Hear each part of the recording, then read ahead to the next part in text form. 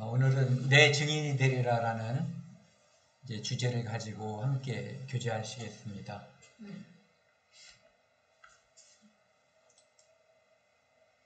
오늘은 이제 사도행전을 주제 말씀으로 해서 함께 교제하는 시간입니다. 사도행전은 구약 성경 말고 신약 성경 5번째 책입니다.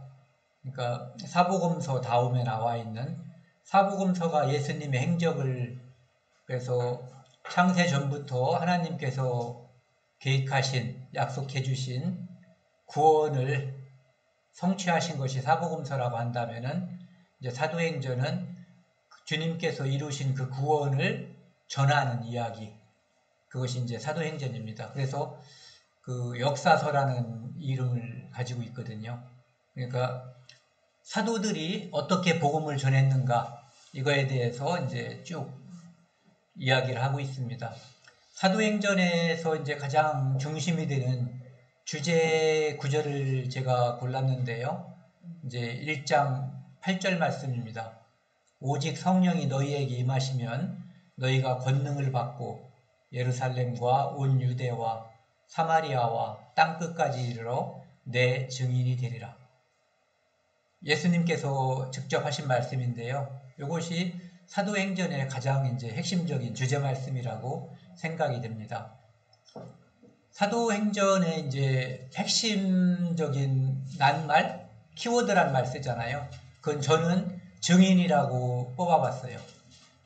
성령의 증인 또는 예수님의 증인, 이렇게 봤거든요. 그래서 사도행전을 세 부분으로다가 나눠보면은, 좀 전에 우리가 이제 제가 읽었던 사도행전 1장 8절 말씀에 보면은 너희가 권능을 받고 예루살렘과, 그래서 예루살렘과 그다음 두 번째 온 유대와 사마리아와 그 다음에 땅끝까지 증인이 되리라. 그래서 사도행전 자체가 편제가 1장부터 7장까지는 예루살렘에서 성령이 약속대로 오심으로 교회가 설립이 되고 교회가 탄생되고, 그 다음에 예루살렘에서 복음이 증거되는 그 모습이 이제 1장부터 7장 사이에 나와 있고요. 그 다음에 8장에서 12장까지는 유대와 사마리아로 이 복음 전파가 확대되는 모습이 나와 있습니다. 거기에는 이제 스데반의 순교로 인해서, 스데반의 순교는 그냥 생긴 것이 아니라 유대교를 믿던 유대인들이 예수 그리스도를 믿는 이제 기독교 신자들이 점점 늘어나니까 그 신자들을 핍박하는, 탄압하는 일이 벌어졌거든요. 그래서 첫 번째로 있었던 일이 스데반의 순교였고, 그 이후로 이제 그리스도인들을 핍박하는 일이 생겼거든요. 그래서 그 핍박을 피해서 그리스도인들이 이제 여러 곳으로 흩어진 거예요. 그래서 그 흩어짐과 맞물려서 이제 사마리아와 유대, 이 지역이 이제 점점 확산되면서 복음이 전해지는 거가 나와 있고요. 그 다음에 8절에서 12절 사이에서 가장 중요한 이제 사건이라고 하면은 사울이라고 불리었던 유대교에 특별히 열심히 했던 사람, 그 사람이 예수 그리스도를 직접 만남으로써 회심하고 이제 예수 그리스도를 핍박하는, 예수 그리스도를 믿는 사람들을 죽이는 사람에서 예수 그리스도를 믿고 전하는 사람으로 바뀐 것이 이제 나와 있고요. 그 다음에 12장에 보면은 야고보가 순교하는 사건이 나옵니다. 그 다음에 13절부터 28절까지는 땅끝까지 복음이 전파되는 게 나오거든요. 그래서 좀 전에 이제 두 번째에서 나왔던 사울의 회심으로 인해서 그 사람의 이름이 이제 바울로 바뀌거든요. 그래서 뭐 바울의 이름이 뭐 유대식 이름인 사울에서 그 다음에 로마식 이름인 바울로 바뀌었다고도 하고, 뭐 작은 자에서 큰 자라는 이름에서 작은 자라는 이름으로 다 바뀌었다고도 하는데, 어쨌든 바울이라고 하는 사람이 이제 13장부터 28장까지의 가장 핵심적인 인물로 등장합니다. 그래서 바울이 전도하기 위해서 3번에 걸쳐서 전도하는 1차, 2차, 3차 전도 여정이 기록되어 있고, 그 다음에 27장, 28장은 그가 하나님께서 예정하신 대로 로마에 가서 이제 전도하는 모습, 이것이 이제 28장까지 나옵니다. 그래서 사도행전은 이런 식으로 편제가 되어 있고요. 오늘은 이제 사도행전, 제가 아까 핵심 구절이라고 했었던 1장 8절 말씀을 주제 말씀으로 해서 오늘 함께 교제하고자 합니다. 같이 한번 읽겠습니다. 시작. 오직 성령이 너희에게 임하시면 너희가 권능을 받고 예루살렘과 온 유대와 사마리아와 땅끝까지 이르러 내 증인이 되리라 하시니라. 예수님께서 하신 말씀이거든요. 누구의 증인이냐면 내 증인. 증인이라는 것을 많이 들어봤을 거예요. 드라마나 영화 이런 데서, 법정 드라마 이런 데서 보면은 증인 이야기가 많이 나오거든요. 증인은 어떤 사건을 목격한 사람들이에요. 그래서 그 목격한 사람이 법정에서 이제 어떤 증거하는 거죠. 자기가 본 것을 정직하게 본 대로 말하는 사람, 이게 이제 증인인 거죠. 그런데 예수님께서 뭐라고 말씀하시냐면 오직 성령이 너희에게 임하시면 너희가 권능을 받고, 이 사람들이 권능을 받는 이유는 거기에 있는 거예요. 성령이 임하시면. 지금은 예수님께서 제자들을 가르치시고 3년 반 동안 함께 다녔지만 예수님이 십자가에 달릴 때 제자들은 다 흩어져서 도망갔거든요. 그리고 나서 예수님이 부활하셨다는 것을 알고 보고 믿게 됐을 때 그들은 다시 예수님과 함께 했어요. 하지만 그때까지도 그들은 아직 힘이 없었어요. 이제 기쁨이 있었고 그들은 뭔가 희망이 있고 소망이 있었지만 권능, 힘, 이것은 없었거든요. 그런데 예수님께서 성령이 너희에게 임하면 권능, 힘을 받는다는 얘기예요. 그래서 예루살렘과 온 유대와 사마리아 그리고 땅끝까지 이르러 내 증인이 되리라, 이렇게 되어 있어요. 내 증인이 되어라 되어 있지 않고 내 증인이 되리라. 이유는 권능을 받았기 때문에 그들 안에 들어온 성령의 힘으로 증인이 될 수 있는 힘이 있는 거예요. 그들은 전에는 비겁하게 두려워서 숨고 도망쳤지만 이제는 그 안에 솟아나는 큰 힘이 있었어요. 어떤 것도 두려워하지 않을 수 있는 그 담대함이 이 성령이 옴으로써, 예수님이 부활하고 다시 성령이 옴으로써 증인답게 살 수 있는 그런 힘이 주어진 거거든요. 그 바로 앞구절에 보면은요, 사도행전 1장 3절에서 5절 말씀은 예수님께서 이제 부활하시고 제자들과 만나서 승천하기 전에 그 제자들에게 하신 말씀이에요.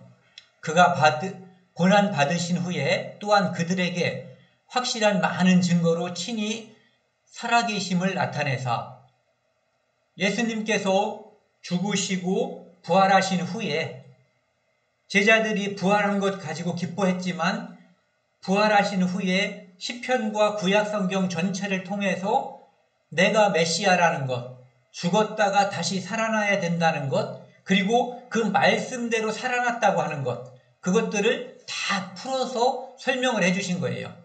그러면서 40일 동안 제자들과 함께 있었어요. 12제자뿐만 아니라 많은 제자들과 함께 있었던 거죠. 40일 동안 그들에게 보이시며 하나님 나라의 일을 말씀하시니라. 그리고 4절, 사도와 함께 모이사 그들에게 분부하여 이르시되 예루살렘을 떠나지 말고 내게서 들은 바 아버지께서 약속하신 것을 기다리라. 예루살렘에 아버지께서 약속하신 것이 임한다는 거죠.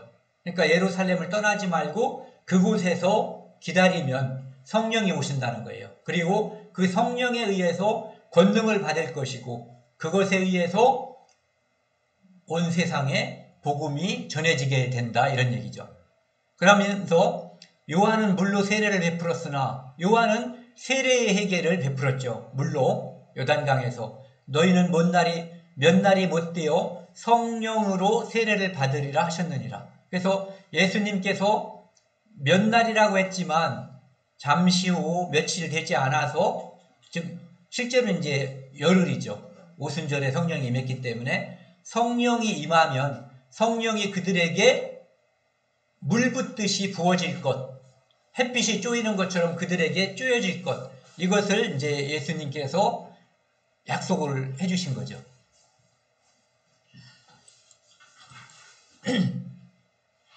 그래서 예수님이 이 땅에 살아계실 때 내가 돌아가면, 제자들은 두려워했죠. 돌아가다니, 가시다니, 심지어 나중에는 예수님께서 내가 죽는다라고 얘기했어요. 죽다니. 그럼 지금까지 예수님을 우리가 따라다닌 3년 반이라고 하는 세월이 아무런 소용이 없는 허무하게 끝나는 것이 아닌가라는 생각을 하게 된 거예요. 요한복음 14장 26절 보시면요. 보혜사 곧 내 아버지께서 내 이름으로 보내실 성령.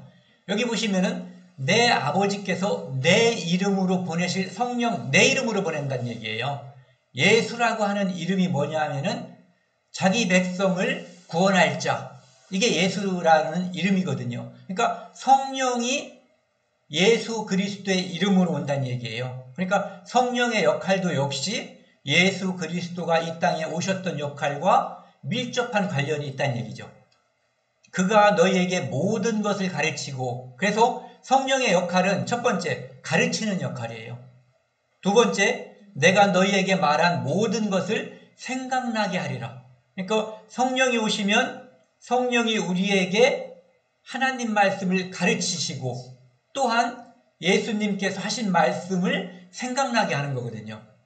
그래서 우리에게 성령이 왔기 때문에 우리가 성경을 통해서 누군가가 사람이 나에게 가르치지 않아도 우리가 이 성경을 읽는 동안에 가르침을 받는 거거든요.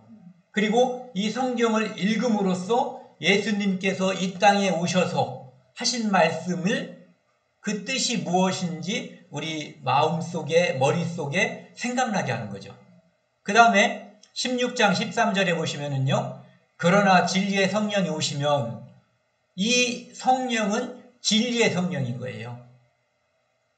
그가 너희를 모든 진리 가운데로 인도하시리니 그가 스스로 말하지 않고 오직 들은 것을 말하며 장래일을 너희에게 알리시리라. 앞에 것들하고 중복되는 느낌이 있지만 또한 성령은 장래일을 너희에게 알리시리라. 장래에 어떤 일이 있을 것인지, 우리가 이 땅에서 살지만 하늘나라에 대한 소망을 끝까지 잡고 견딜 수 있는 것이 바로 우리 안에 성령이 왔고, 그 성령이 그분이 계셨던 곳의 소식을 우리한테서, 우리에게 계속해서 알게 해주시고 다시 생각나게 해주시고 가르쳐 주시고 하기 때문이거든요. 요즘 코로나로 인해서 백신 이야기가 계속해서 뉴스에 많이 나오는데요. 백신을 맞으면 이 백신의 효과가, 어떤 것들은 평생 가는 게 있어요. 한번 예방주사를 맞음으로써. 그런데 어떤 예방주사는 오래 시간이 경과하면 우리 몸에 있던 항체들이 다 소멸해버려요. 그런데 그래서 다 소멸하기 전에, 또는 소멸했다고 해도 우리 몸에 이제 기억세포라고 하는 게 있거든요. 메모리셀이라고 하는 거. 그게 있어서 다시 또 한 번 항체를 넣어주면은 부스터라고 그래요. 부스터가 뭐냐면은 원래 넣어준 양은 조금인데 예전에 기억하고 있는 그 세포가 있기 때문에, 기억세포, 메모리셀에서 지금 넣어준 그 항원을 기억하고 있어요. 옛날 것을 기억하고 있다. 이게 들어가면은 폭발적으로 항체를 많이 만드는 거거든요. 그래서 마치 이 성령께서는 메모리셀처럼 우리 안에서 있다가 우리가 성경 말씀을 들을 때마다 하나님께서 우리에게 주시고자 하는, 예수님께서 우리에게 알려주시고자 하는 그 모든 것들을 많이, 그리고 심지어는 아직 일어나지 않은 미래의 일까지도 알려주시는 그러한 역할을 하는 거죠. 그래서 이러한 성령이 너희에게 올 것을 내가 보내줄 것을 예수님께서 살아계실 때 말씀하셨고 이제 제자들을 떠나면서 말씀하시는 거거든요.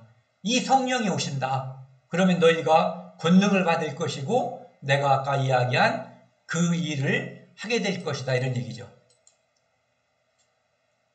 그래서 오순절이 되니까 이제 드디어 성령이 오신 거예요. 사도행전 2장 1절부터 4절 말씀을 보시면은요.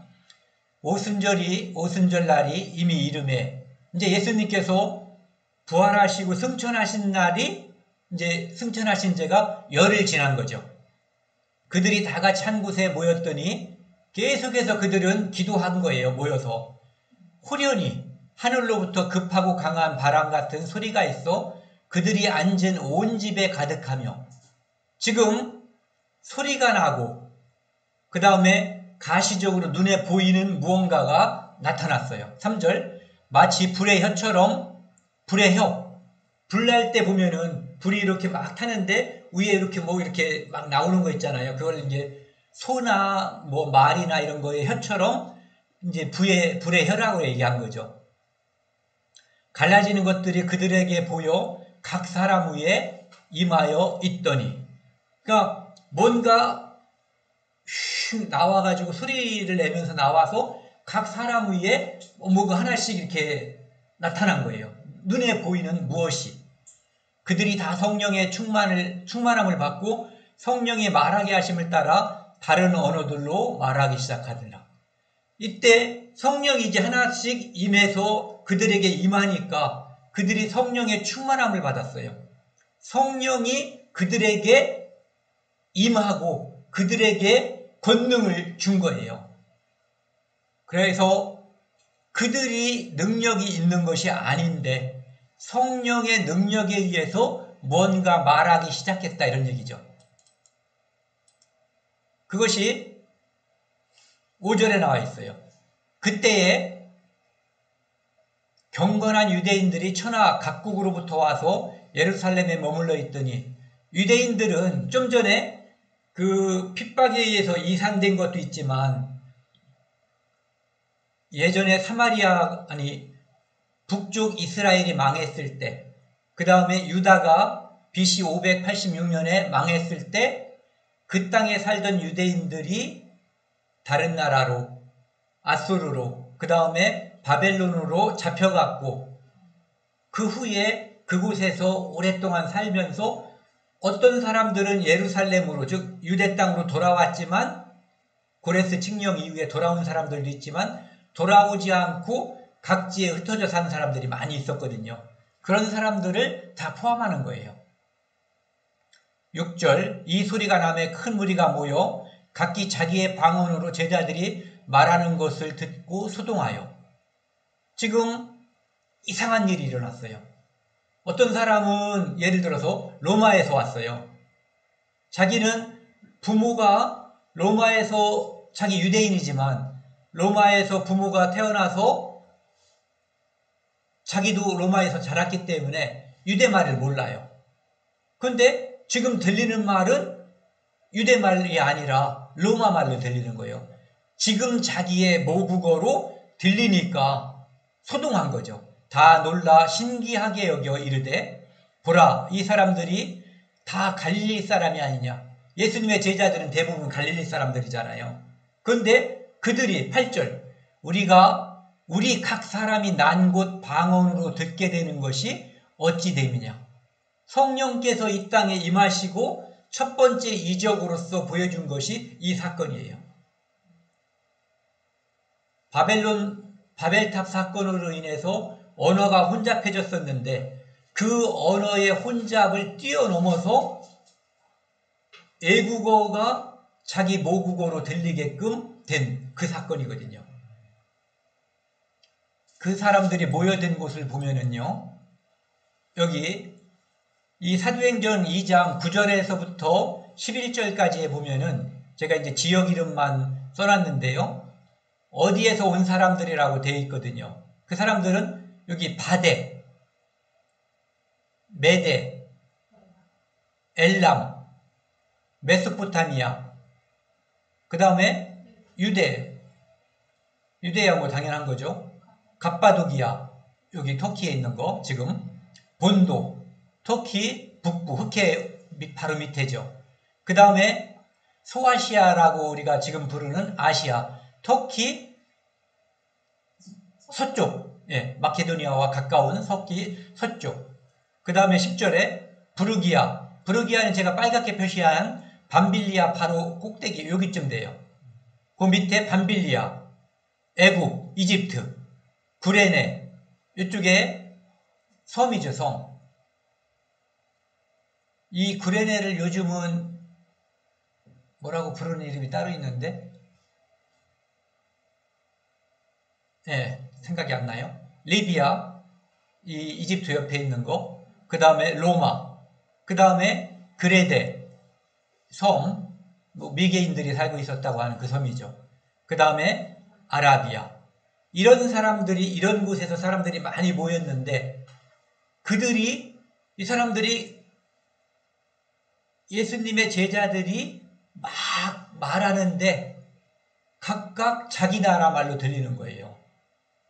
그러니까 첫 번째 이적을 하나님께서 이렇게 해주신 거예요. 왜?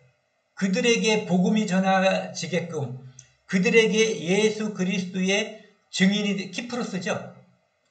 키프로스라고 지금은 하는 곳. 네. 그게 구레네일 거예요. 사도행전 2장 37절 보면은 이제 제자들이 성령이 임함으로 말미암아 용기가 생기고 담대하게 복음을 전하는 거예요. 지금 이 사도행전 2장 37에서 41절 이 말씀은 베드로라고 하는 그 예수님의 제자가 이제 복음을 전하는 거예요. 복음의 전하는 내용은 하나님께서 예전에 예수 그리스도를 이 땅에 보내고를 하셨다. 그리고 이 땅에 말씀대로 보내셨다. 그런데 우리 동족이 예수님을 알아보지 못하고 십자가에 못 박아 죽였다. 그런데 하나님께서 그분을 죽은 자 가운데서 살리셨고 바로 만왕의 왕, 만왕의 주가 되게 하셨다. 이 얘기를 쭉 한 거예요. 37절, 그들이 이 말을 듣고 마음에 찔렸어요. 왜? 이 사도 베드로의 말을 쭉 듣고 보니까 우리가 죽인 또는 그들이 죽인 예수가 하나님의 아들, 메시아라고 하는 것, 우리의 죄를 구원하러 오신 그분을 우리가 죽였다고 하는 가책이 되는 거예요. 양심의 가책이. 그래서 마음에 찔려 베드로와 다른 사도들에게 물어 이르되 형제들아 우리가 어찌할꼬. 이제 마음에 찔리니까 일은 벌어졌고 이제 우리는 어떻게 해야 되냐 이런 얘기죠. 어떻게 해야지 하나님께 용서를 받느냐 이런 얘기예요. 베드로가 이르되 너희가 회개하여 첫 번째 우리가 하나님께로부터 멀어졌지만 하나님께 돌아가는 방법은 첫 번째가 회개하는 거예요. 하나님과 관계없는 삶에서 하나님과 관계 있는 삶으로 내 마음을 돌리는 것. 각각 예수 그리스도의 이름으로 세례를 받고 제사함을 받으라. 그리하면 성령의 선물을 받으리니. 그래서 회개하고 제사함 받는 것, 그것이 성령의 선물을 받는 일이거든요. 이것은 무엇이 먼저랄 것도 없어요. 성령이 오셔서 제사함을 믿게 해주시는 것인지 제사함을 믿었을 때 성령이 오는 것인지 구분이 저로서는 안 돼요. 하지만 동시라고 저는 생각을 해요. 여기서는 이렇게 선우처럼 나와 있지만요. 39절 이 약속은 너희와 우리 자녀와 모든 먼 데 사람 곧 우리 주 우리 하나님이 얼마든지 부르시는 자들에게 하신 것이라. 모든 사람에게 한 약속이라는 거예요. 회개하고 제사함 받으면 성령 받는 것은 모든 사람에게 주신 하나님의 약속이라는 거죠. 그래서 40절 또 여러 말로 확증하여 권하여 이르되 너희가 이 패역한 세대에서 구원을 받으라. 이 죄 많은 세대에서 구원을 받으라 하니 이 말을 들은 사람들이 세례를 받음에 그날의 신도의 수가 3,000이나 더하더라. 베드로가 한 번 군중들 앞에서, 이스라엘 사람들 앞에서 이 예수 그리스도에 대해서 증거하니까 한 번에 3,000명이 이제 구원을 받는 일이 생긴 거예요. 그러니까 성령의 역할, 성령의 권능, 그것은 마치 다이너마이트가 팡 터져나가는 것처럼 그렇게 강력한 힘이 있었다는 거죠. 그리고 사도행전 7장 54절에서 60절에 보면은 이제 스데반이라고 하는 집사가 자기에게 이루어진 복음, 예수 그리스도를 통해서 얻은 그 구원을 유대인들에게 전하는 거예요. 담대하게. 그 모든 것을 증거하니까 그 사람들이 듣고, 베드로가 증거한 것과 결국은 끝의 내용은 똑같아요. 하나님께서 보내주신 하나님의 아들을 너희가 죽였다. 그들이 이 말을 듣고 마음에 찔려, 마음에 양심의 가책이 든 건지 아니면 분한 마음이 들었는지 어쨌든 양심의 마음에 찔렸어요. 근데 이 양심에 찔렸지만 반응은 다르게 나타났어요. 좀 전에 사람들은 마음에 찔렸고 회개하고 구원을 받았잖아요. 근데 이 사람들은 그를 향하여, 스데반을 향하여 이를 갈았어요. 뿌득뿌득 가른 거죠. 죽이고 싶은 마음이 생겨버린 거예요. 스데반이 성령이 충만하여 하늘을 우러러 주목하여 하나님의 영광과 예수께서 하나님 우편에 계신 것을 보고 말하되, 보라, 하늘이 열리고 인자가 하나님 우편에 서신 것을 보노라 한데, 인자, 즉 예수님이 지금 하나님 우편에서 나를 바라보고 있다. 이것을 증거한 거예요. 그러니까 그들은 예수님이 하나님의 아들이라는 것을 믿지 않았기 때문에, 메시아라는 걸 믿지 않았기 때문에 예수를 죽였거든요. 그런데 스데반이 증거하는 지금 그 내용이 그분이 하나님의 아들이라고 또 증거하는 거예요. 인자 하나님 우편에 계시다고. 그러니까 57절, 그들이 큰 소리를 지르며 귀를 막고 일제히 그에게 달려들어 더 이상 말하는 거 듣고 싶지 않다고 귀를 틀어막고 막 달려드는 거예요. 왜? 죽이려고. 성 밖으로 내치고 잡아서 성 밖으로 집어 던지고 돌로 때리고 증인들이 옷을 벗어 사울이라 하는 청년의 발 앞에 두니라. 그래서 이 사람들이 죽이는 것이 합당하다라고 해서 사울이라고 하는 증인, 이 사울이 재판할 수 있는 권한도 가지고 있는 사람이었다라고 하더라고요. 그래서 그에게 옷을 벗어놓고 우리가 다 이 일에 똑같은 증인이라는 거죠. 그들이 돌로 스데반을 치니 스데반이 부르짖어 이르되, 주 예수여 내 영혼을 받으시옵소서. 예수 그리스도를 믿는 증인, 그 중에서 첫 번째 순교자예요. 순교자라는 말은 예수 그리스도를 믿음으로 그의 목격자로서 그를 따라서 죽은 거거든요.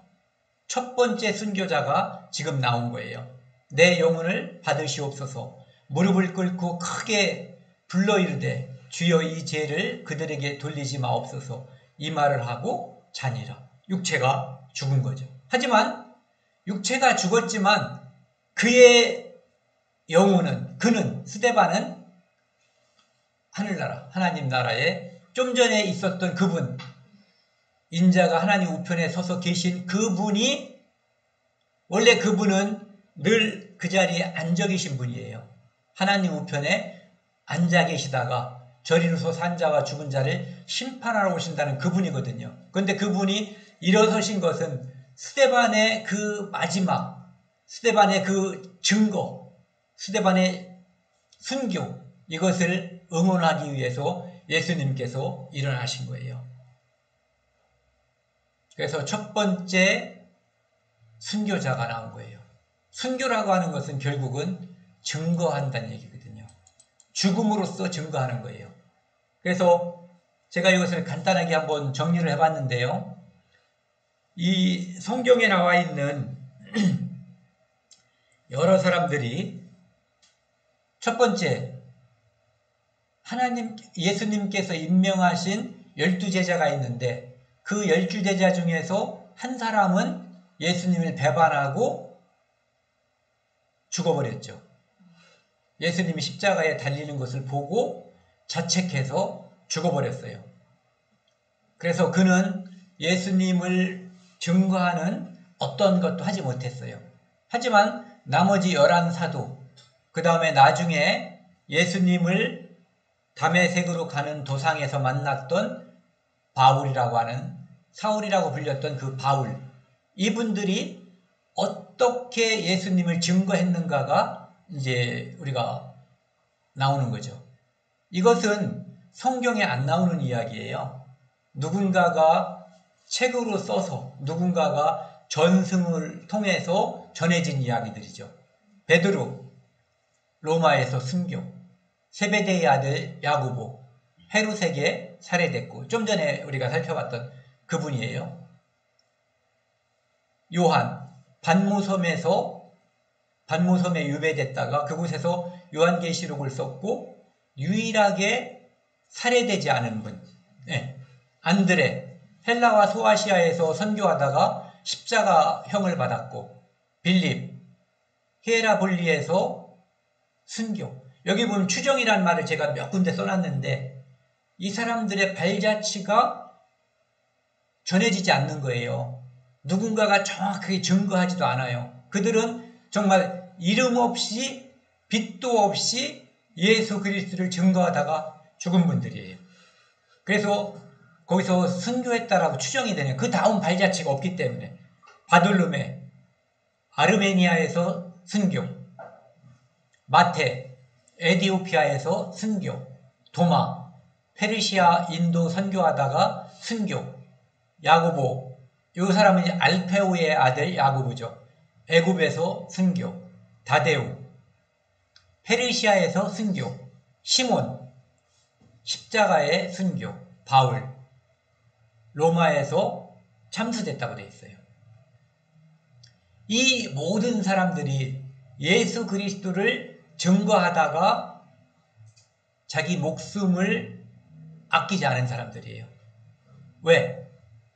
그분을 증거하는 일이 이 세상에서 하나님께서 70년, 80년, 100년 살아라고 주신 그 목숨보다 훨씬 더 중요하기 때문에 이 세상이 순간이라면 하나님께서 우리에게 약속하신 영생은 영원한 것이고 훨씬 더 값지고 아름답기 때문에 그것을 믿었기 때문에 예수 그리스도의 부활과 영원한 생명을 믿은 그들이 예수 그리스도를 다른 사람들에게 전하기 위해서 순교한 거예요. 폴리캅이라고 하는 사람이 있어요. 69년에서 155년까지 살았다고 하고 서머나 교회의 감독이었던 사람인데요. 그분에게 예수님을 부인하고 황제를 신으로 섬기라고 이야기했을 때 그분이 한 이야기가 내가 86년 동안 그분을 섬겨왔지만 그분은 나에게 잘못한 일이 한 번도 없었다. 그런데 내가 나의 왕이고 나의 구주이신 그분을 어떻게 부인하고 욕할 수가 있느냐. 그래서 이 사람들을 죽이려고, 폴리캅을 죽이려고 집행하는 집행자들이 맹수를 불러서 이제 사자죠. 죽이려고 하니까 이제 폴리캅이 얘기한 거예요. 그럼 맹수를 부르시오. 당신들이 나에게, 이 사람한테 뭐를 요구했냐면 회개하라는 거예요. 회개라고 하는 것은 우리가 알고 있는 회개는 잘못 살다가 하나님을 발견하고 하나님께 돌아가는 게 회개인데 폴리캅에게 그들이 요구하는 회개는 잘 사는 그것에서 황제 숭배하고 우상 숭배하는 것으로 가는 회개를 말하는 거예요. 그래서 회개하라는 거예요. 그래서 우리는 악한 것을 받아들이기 위해 선한 것을 버리는 회개하는 일을, 그런 일에 익숙하지 못합니다. 못한다는 얘기죠. 그리고 이 악한 세상에서 의로운 세상으로 들어가는 것이 내게는 차라리 죽는 게 참 좋은 일이라고 얘기했죠. 그래서 그들이 마지막으로 겁을 준 것이 뭐냐면은 너 그러면 불에 태워 죽이겠다, 화형시키겠다는 거죠. 그때 폴리캅이 한 얘기예요. 당신은 1시간 동안 타다가 잠시 후면 꺼져버리는 불로 나를 위협하고 있지만 화형시키는 그 화형이 뭐 한두 시간 타고 꺼지는 불이잖아요. 그리고 그 불은 한두 시간 가겠지만 내 목숨이 그 불에서 유지되는 시간은 짧겠죠. 몇 분에 불과할 거예요. 경건치 못한 자들을 위하여 예비된 심판과 영원한 형벌의 불에 대해서는 전혀 모르고 있습니다. 당신들은 그 1시간짜리 불로 나를 위협하지만 진짜 영원한 불못, 지옥이 있는데 그걸 모르고 있지 않냐. 그런데 어째서 이렇게 지체하고 있습니까? 당신이 원하는 대로 속히 시행하시오. 그래서 폴리캅을 화형시켰다는. 그런데 이제 불이 폴리캅을 피해가는 거예요. 폴리캅이 여기 있는데 불이 다른 데로 가. 그래서 화형을 시킬 수가 없어서 칼로 찔러 죽였고 거기서 나온 피가 하도 많이 피가 나와서 그 불이 꺼졌다라는 그런 전승이 있는. 그래서 폴리캅이 누구나 다 귀하게 여기는 그 생명을 초계처럼 할 수 있었던 이유는 영원한 것을 바라봤기 때문이거든요. 그것이 더 중요한 것, 더 고귀한 것이 있기 때문에 죽음으로써 예수 그리스도를 믿는 것이 얼마나 귀중하고 고귀한 것인가를 증명한 거죠. 터툴리안이라는 사람이 있는데요. 터툴리아누스라고 불리는, 이 사람이 언제 태어나서 언제 죽었는지 뭐 여러 가지가 나와 있더라고요. 그래서 정확하게는 모르겠어요. 이 사람이 그리스도인이 된 이유가 있어요. 많은 사람들이 순교해서 그거에 감동해가지고 개종한 사람이에요.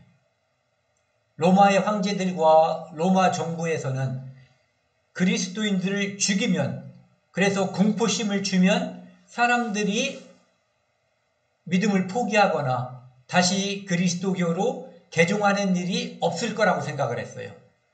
그래서 공개적으로 사자의 밥도 만들어 보고 화형도 시켜보고 물에다가 집어넣기도 하고 죽였는데, 그것을 바라본 사람들이 그 죽음에 대한 공포 앞에서 보여준 그리스도인들이 죽음을 초월한 신앙 앞에서 그들이 감복을 받은 사람들이 너무나 많은 거예요.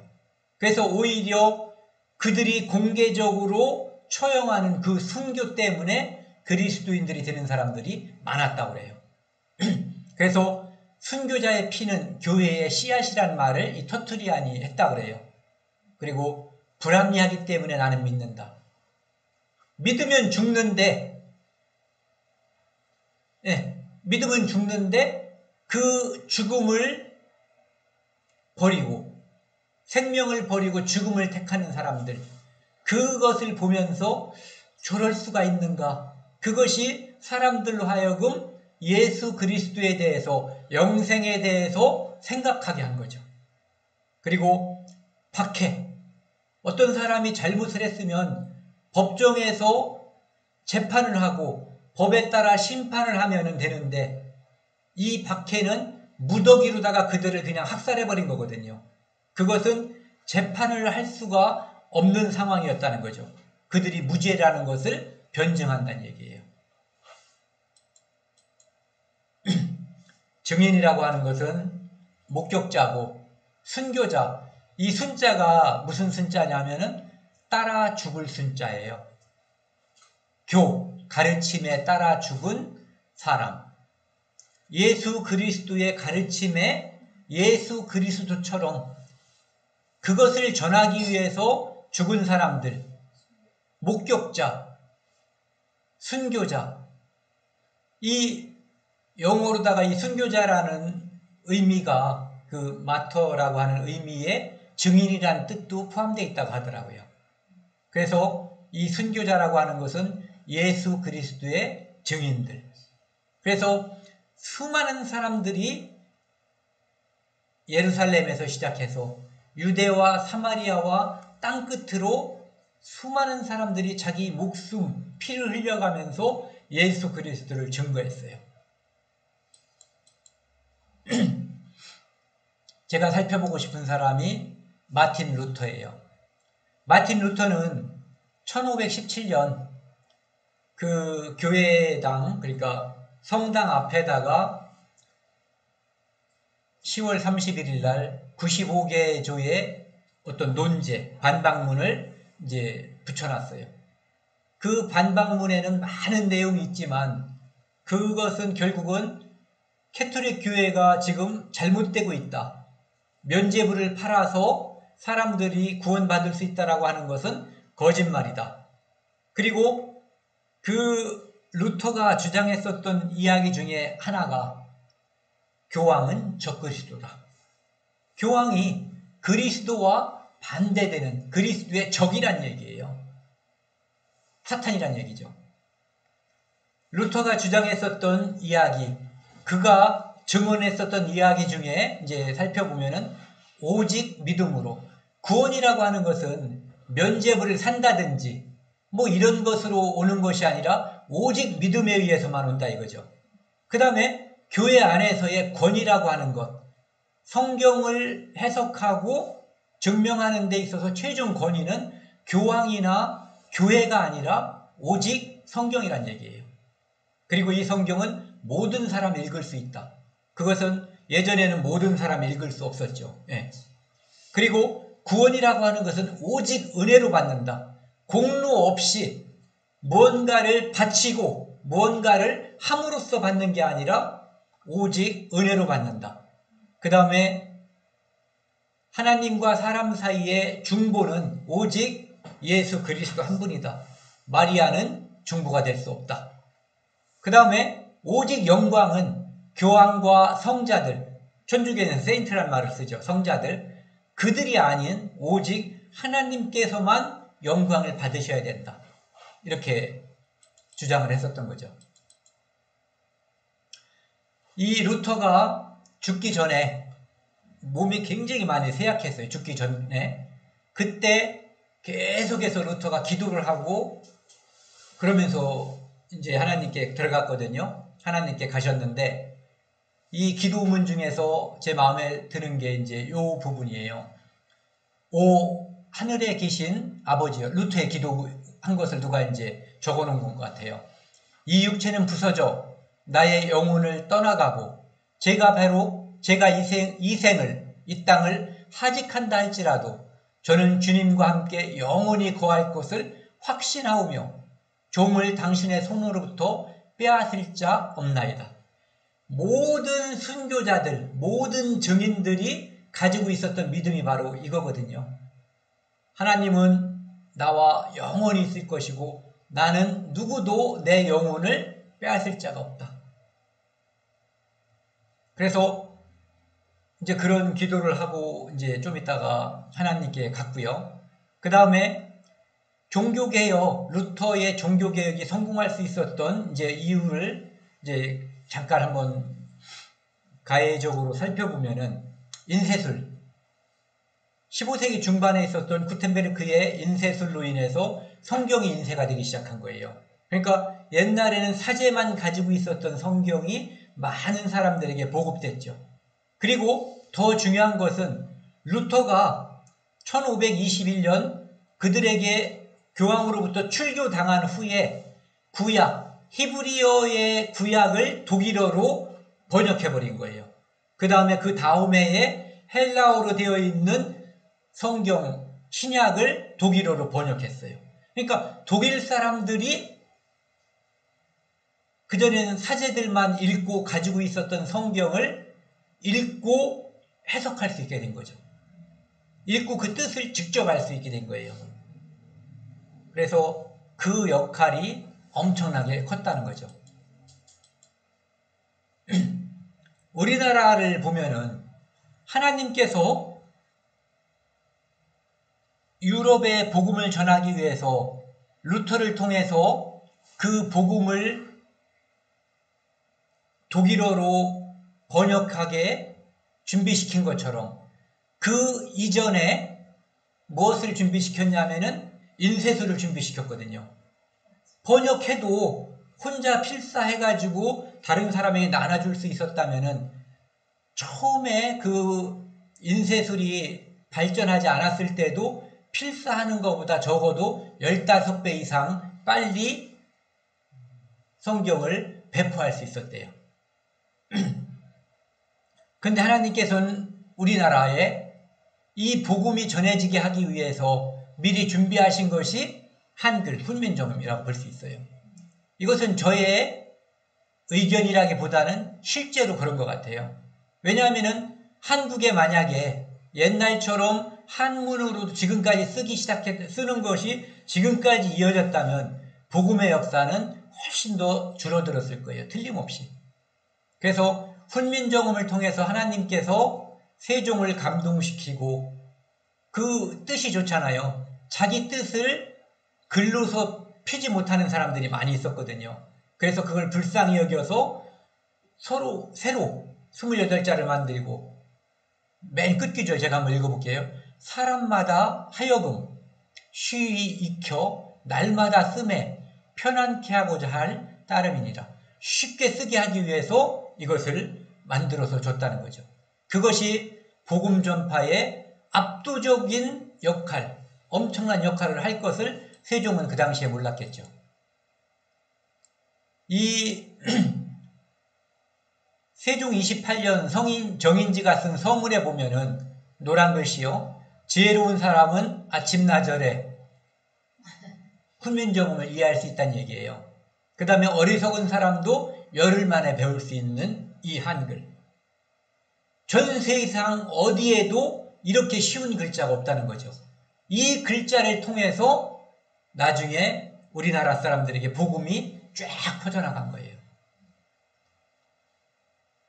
처음에는 재판하고 그러는데 일반인들, 한문을 모르는 사람들도 편하게 해주기 위해서 이것이 이제 퍼지게 된 거였죠. 만들게 되고. 이제 우리나라에서 성경을 번역한 것을 잠깐 한번 살펴보고 싶은데요. 이 로스라고 하는 사람이 있는데 좀 이따 설명을 해드리고요. 말씀을 드리고, 이 사람은 김진기, 백홍준, 서상윤, 이성아, 이응찬 이런 사람들과 청나라에서 만나서 이 사람들을 통해서 우리나라 말을 배운 거예요. 그리고 이 사람들에게 배운 말을 통해서 함께 성경을 번역한 거예요. 존 로스는 원래 스코틀랜드 선교사였고 중국 선교사로다가 이제 청나라에 와 있었던 거죠. 그런데 윌리엄스라고 하는 선교사와 토마스라고 하는 선교사가 조선 선교에 아주 굉장히 큰 열의를 가지고 있었어요. 그 사람들이 가지고 있는 그 열의에 감동해서 자기가 지금 청나라에 와 있지만 조선의 복음을 전파하고자 하는 결심을 갖게 돼요. 그래서 고려문이라고 하는 청나라와 조선의 그 경계에 와서 이 사람이 살게 되는 거죠. 그리고 거기에 와서 조선인 상인들에게 조선의 정세와 조선말, 발음법 이런 거에 대해서 배우게 돼요. 그리고 한글 성경을 번역할 계획을 세우고 의주에서 고려인삼을 팔던 상인인 이응찬 이런 사람들과 만나서 이제 한글을 배우고 봉천 더 가까운 데로 와서 한국어를 공부하죠. 우리가 지금 한국말, 우리말 이거 성경에 띄어쓰기가 되어 있잖아요. 옛날 글씨를 보면 띄어쓰기가 없어요. 세로로 써 있고. 띄어쓰기를 처음 시도한 사람이 로스래요. 저 이번에 처음 알았어요. 한글 가로 띄어쓰기를 시도한 사람. 이 사람이 아까 말한 그들의 도움을 받아서 누가복음을 1882년에 번역했고 1887년에 신약성경을 번역했어요. 완성시킨 거죠. 그래서 훗날 누군가가 이렇게 말했어요. 하나님께서 드디어 조선말로 말씀하시기 시작했다. 하나님은 전 세계 사람들에게 역사하시지만 성경이 우리나라 말로 번역되기 이전에는 하나님께서 조선 사람들에게 직접적으로 특별 계시로 역사할 수가 없었죠. 드디어 하나님께서 조선을 특별히 사랑하시고 조선에 역사하시기 시작한 거예요. 이수정이라는 사람이 있는데 이 사람은 1882년 이무군란 때 명성황후의 목숨을 구한 공을 인정받아서 고종이 수신사로다가 이제 일본에 가는 거기에 비공식 수행원으로 같이 파견을 시킨 사람이에요. 이 사람이 거기 가서 한국을, 그러니까 조선이죠. 조선을 개화시키고 싶었어요. 선진 문명을 받아들여서. 그런데 거기 가가지고 친구인 안종수가 일본에 가 있었는데 그 사람이 누군가를 소개시켜줬어요. 일본의 농학자이면서 기독교 신자인 치다 박사를 소개시켜준 거예요. 그래서 그곳에서 무슨 얘기를 듣냐면, 치다가 무슨 얘기를 하냐면은, 공자는 호롱불과 같아서 방을 비추는 불이지만 예수 그리스도는 태양과 같아서 온 세상을 비춘다. 원래 이 이수정은 자기가 어떤 경우에도 공자를 따르는 그 믿음을 변치 않겠다라고 맹세했던 사람이에요. 그런데 이 치다와 만나고 나서 자기 인생의 목표를 바꿔버려요. 조선의 근대화 또는 공맹을 섬기는 그것에서 조국의 근대화, 아이고 잘못됐네요. 못합니다. 조국을 복음화시키는 것으로 자기 인생의 목표를 수정해버려요. 그리고 그곳에서 미국에 편지를 해가지고 한국의 조선에 선교사를 파송해달라고, 그가 쓴 편지의 일부예요. 혹시 미국의 선교단체가 이 부름에 응하지 않는다면 하나님은 다른 방법으로 전도자를 보내시겠지만 미국의 선교사들은 화가 있을 것이다. 누가 한 얘기 같죠? 에스더한테. 그리고 조선에 오기 전에 미국에서 왔었던 언더우드하고 아펜젤러가 이 이수정을 만나서 일본에서 교류를 해요. 그러면서 우리말을 거기서 배우게 되고, 그리고 이수정이 일본말로 된 마가복음을 우리말로 번역을 하고, 그때 1885년 5월 4일 부활절 날 언더우드와 아펜젤러가 성경을 들고 우리 땅에 들어오는데, 그때 갈고 들어온 성경이 바로 이 마가복음이에요. 이수정이 번역한.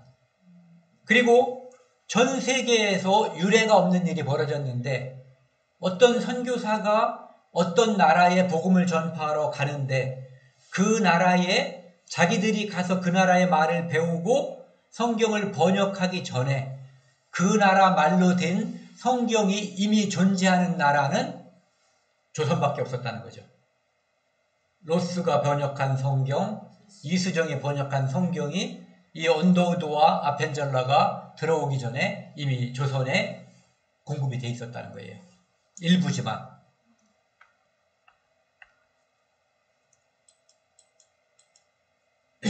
바로 요 삭가 쓴 사람이 이수정이에요. 이 아펜젤러하고 그 다음에 언더우드에 대해서 이제 좀 이야기를 하고 싶은데요. 아펜젤러가 쓴 글이에요.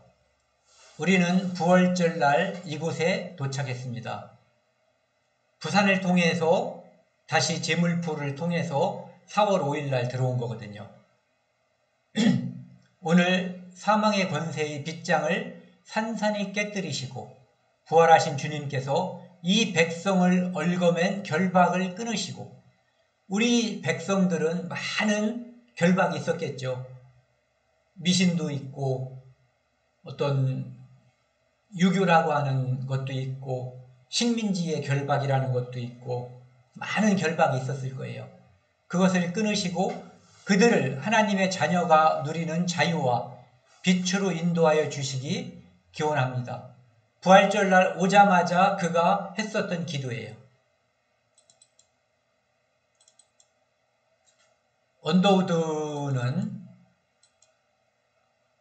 언더우드가 이제 선교사가 되어서 조선에 가려고 했을 때, 원래 이 사람은 인도 선교사가 되기로 되어 있었던 사람이에요. 그런데 여러 가지 이유로 이제 조선에 마음이 꽂혀서 하나님께서 그 마음 속에 어떤 소리를 주신 것 같아요. 네가 가는 게 어떻겠냐. 그래서 가려고 했지만 올 수 있는 방법이 없었어요. 그 나중에 하나님께서 또 그에게 역사를 하셔요.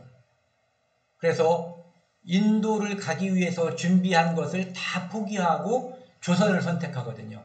그는 한 여자하고 약혼한 상태였었어요. 그 여자가 언더우드에게 질문한 거예요. 그곳에서는 무엇을 먹고 살 수 있나요? 몰라요. 병원은 있나요? 몰라요. 그럼 당신은 조선에 대해서 뭘 아나요? 언더우드가 대답한 게 이거예요. 내가 아는 것은 오로지 그곳에 주님을 모르는 10,000,000명의 민중이 있다는 것뿐이요. 조선에 대해서 아무것도 알고 있는 정보가 없었어요.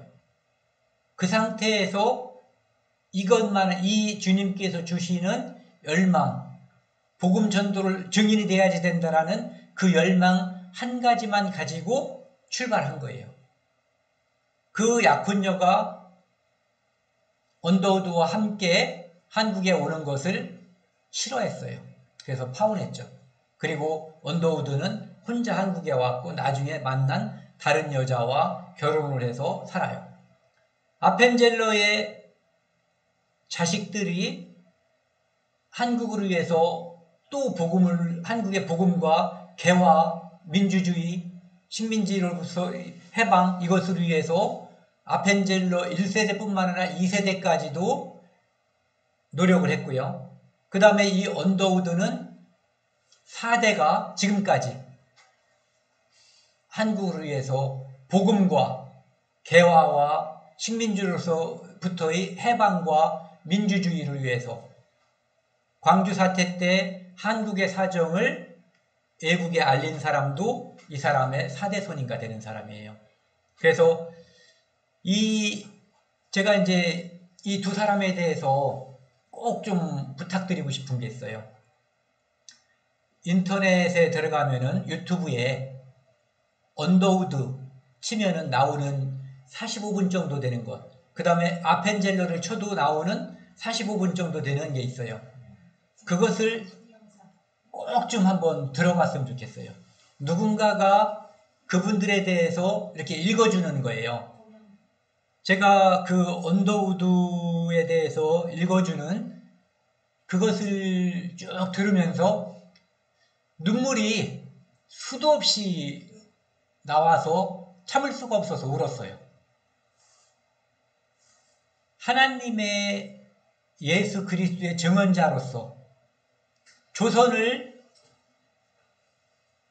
사랑하기 때문에 하나님께서 주신 그 사명을 감당하기 위해서 그가 겪은 고난, 그리고 그 모든 고난 속에서 오로지 복음을 전하기 위해서 자기의 생명조차도 돌보지 않았던 이 사람들, 그러니까 진정한 예수 그리스도의 증인들이죠.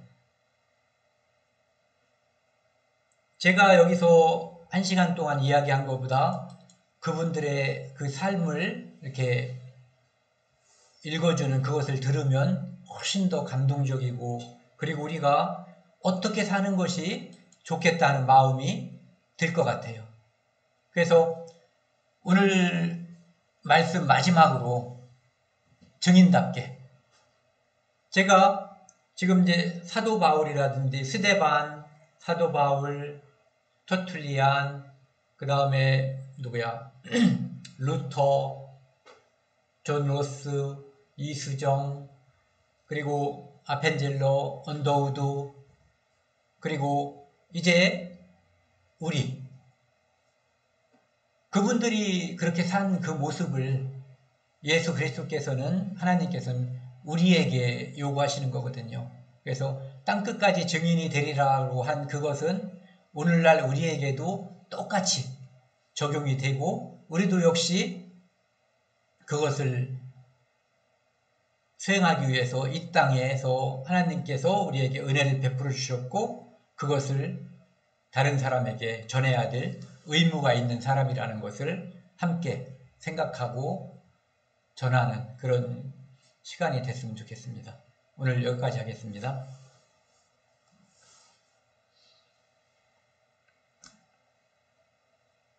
ESC잖아.